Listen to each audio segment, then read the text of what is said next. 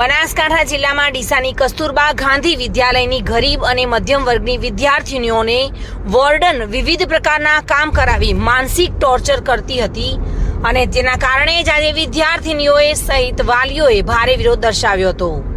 આ બનાવને પગલે જિલ્લા શિક્ષણ અધિકારી, સ્થાનિક પોલીસ, શહેર મામલતદાર સહિતની ટીમો વિદ્યાલયમાં પહોંચી વિદ્યાર્થીનીઓને રજૂઆત સાંભળી આગળની કાર્યવાહી હાથ ધરી હતી।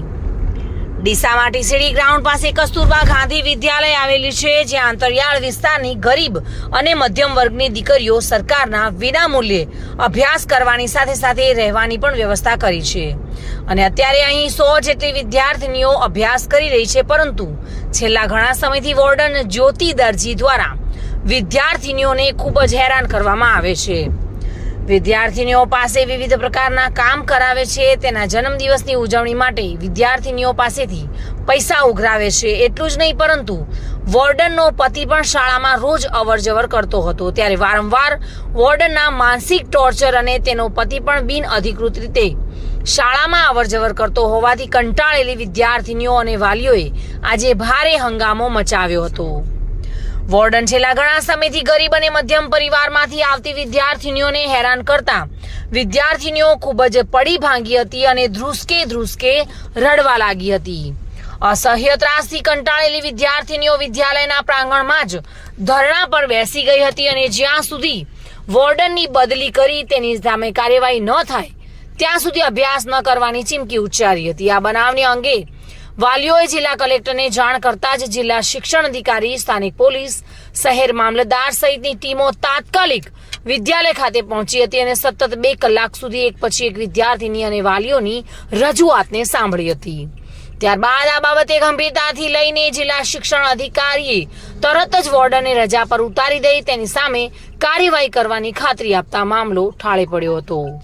અમને મેમ બહુ માનસિક ત્રાસ આપે છે। દિવાલ પર ફટાકા નતા ફોડવા છતાં અમારી જોડે પેલા ફટાકા લવરાયા અને એમના ચમચા બધા કે મેમને બેંક બેલેન્સ 0 છે, પૈસા ઉઘરાવો। પહેલા કે નહીં ઉઘરાવે ને ફટાકા ફોડીને છોકરીઓ એટલે પછી કે 30 રૂપિયા બધી ફરજિયાત આલો નતા ફોડે, એના જોડે ફરજિયાત પૈસા અમારા જોડે લીધા અને કહેશે ઘોડાને કલર કાર્ડ છોડ્યો એટલે કહેશે તમે તમારા પૈસાથી કલર લાવી અને કરો બધાને ઘોડાને, અને નહીં કરો કેમ નહીં કરો કે તમે બગાડ્યા ઘોડા, અને કહેશે લાઇટ ફિટિંગ કરાવ્યું છે અને લાઇટ ફિટિંગ એક કરાવતા નથી ને કહેશે આગળ સરકારના બિલ મૂકે છે। છોકરીની ઈચ્છા છે કે અમારી મેમ નથી જોઈતા રે નથી જોઈતા, મેમ અહીંયા સામે એક કે રહ્યા રહેવા તૈયાર નથી, અમે એક કે અંદર નહીં જઈએ, મેમ જો નહીં જઈશ અમે એક કે અંદર નહીં જવાના, અમારે ઘર જતા રહીશું, અમારે કોઈને ભણવું નથી ચાલશે। અમારા મા બાપ એમને ભણવા માટે મૂક્યા છે, દંડ ઉઘરાવવા માટે નથી મૂક્યા, અમારે ગરીબ છે ત્યારે મા બાપ ભણવા મૂક્યા છે એટલે, અને તમારા જોડે પૈસા ઉઘરાવે છે દરરોજ। અહીંયા 100 છોકરીઓ રહે છે અને અમને બહુ માનસિક ત્રાસ આપે છે આ મેમ જ્યોતિ મેમ।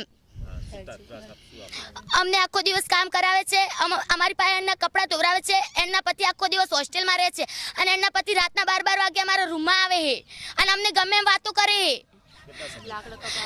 સ્કૂલ ચાલુ છે ને ત્યારની વાત ના એમના પતિ અહીંયા જ રહે અને આજે એમના છોકરાનો બર્થડે તો અમારી પાસેથી 7000 ઉઘરાયા અને એમના છોકરા માટે સાયકલ લઈ 70 રૂપિયા બધી છોકરીઓ પાસેથી લીધા અને એમના ચમચા જે રહ્યા ને એ એમ કે આટલું મેમ માટે નહીં કરો, મેમને હાલ બેંક બેલેન્સ 0 એટલે શું અમારા માટે મેમ અહીંયા આવ્યા, અમારે શું કરવાનું, એને લીધે અમારે કોઈ પૈસા લેવાના, અમે ગરીબ મા બાપ ને હતા એટલે તો અમે એટલા આવ્યા કે ના આવો તૈયાર। અને અમારે મેમ બહુ ત્રાસ આપે છે, માનસિક ત્રાસ આપે છે અને તે 12 વાગે સુધી ઉઠાડીને 12 1 વાગે 2 વાગે સુધી ઉઠાડીને અમે બોલે છે અને ગમે તે શબ્દ બોલે છે, માનસિક ત્રાસ આપે છે, ખાવાનું ઓછું આપે છે, માસીને અમે રોધવા આપતા જ નહીં, મેનુ પ્રમાણે ખાવા રોધતા જ નહીં, ખાવાનું તો ઓછું જ મળે છે, ગમે ત્યારે હું લાઈનમાં હું છેલ્લે હોઉં છું તો મને એક જ રોટલી મળે છે, વધારે કોઈ દિવસ મેમ આપતા જ નહીં કે મેનુ બનાવતા જ નહીં વધારે માટે, મેમ પૈસા ઉઘરાવે છે, મેમને શું કે પગાર ઓછો નહીં આપતો, સરકાર ઓછા પૈસા આપે છે અને કંઈક ગમે તે કામ હોય કે ગમે તે ભૂલ હોય તો દંડ ઉઘરાવે, 100 રૂપિયા દંડ ઉઘરાવે। કેમ દંડ ઉઘરાવે? તેમ કે સરકારી વસ્તુ લાવવા માટે, મેમને પૂછીએ કે શું કરવા દંડ ઉઘરાવો તો કે સરકારી વસ્તુ લાવવા માટે, કેમ સરકાર પૈસા નહીં આપતા સરકારી વસ્તુ લાવવા માટે? બધા રીતે માનસિક રીતે ત્રાસ આપી આટલી છોકરી ત્યારે જાય અને રાતના 12 વાગે મન બોલાવી અને મારા ફ્રેન્ડે એક બોલાવી પૂછી આ ચૌધરી રસીલા મારી શું વાતું કરે, શું માસી જોડે કરે, એટલે આવું બધું કરવા મેલે અમે ઊંઘમાંથી ઉઠાડીને અમને બોલાવે અને નફટો નાલાયકો અને જખ મારવા એ ટાળું તો અમને બોલતા જ નહીં, અમે તો મા બાપે ઘરે આવું બોલતા નહીં અને ઓકાત ખાલી ખુરશી ઉપર તો આટલે પગ મૂક્યો નથી કે તમારી ઓકાત ખુરશી ઉપર બેહવાની, અમને ઘરે આવું કોઈ બોલતું નહીં અને રાતના 12 વાગે આ ચૌધરી રસીલા રહીને બોલાવીને દીવા ઉપડાવી કે માસી તમે શું વાતું કરો, પૈસા માંગી અમારી જોડે। એનો પતિ હતો, એક બીજો ભાઈ હતો, એ થેલો લઈને બહાર ફરતો હતો. હું 2 દિવસ પહેલા આવીને ત્યારે એનો એક ભાઈ હતો ને એક કોક એનો પતિ હતો, એ 2 વ્યક્તિમાં અંદર હતા. કેમેરો પાસો કર્યો એટલે મેં જો પેલી પડદો હટાયો ને ત્યારે મેં માણસોને દેખ્યા. એટલે મને એક છક પડ્યો એટલે હું 3 અઠવાડિયાથી અહીંયા આવું છું. રોજ હું આવીને ચેકિંગ કરીને હું મારી રીતે જતી રહું છું. મને આજે એટલી બધી એમ થયો કે છોકરીઓ ત્રાસ કરવા મળી કે મમ્મી રોજ 50 રૂપિયા માગે છે, કોઈક દંડ ઉઘરાવે છે. એટલે મને એવો થયો મેં કે આનો કોઈક હોસ્ટેલનો નિયમ લાવવું જ પડશે. અને રોજનો મેદાના લોટની તો રોટલી ખવડાવે છે. હવે સરકારને શું કરવાનું એ તો સરકારને નિર્ણય લેવો પડશે ને. અમારે તો આ જ્યોતિ મેમની બદલી કરાવો ને કોક એનો કરવો પડશે. હવે રીના પરમાર, ટુડે ન્યૂઝ, બનાસકાંઠા.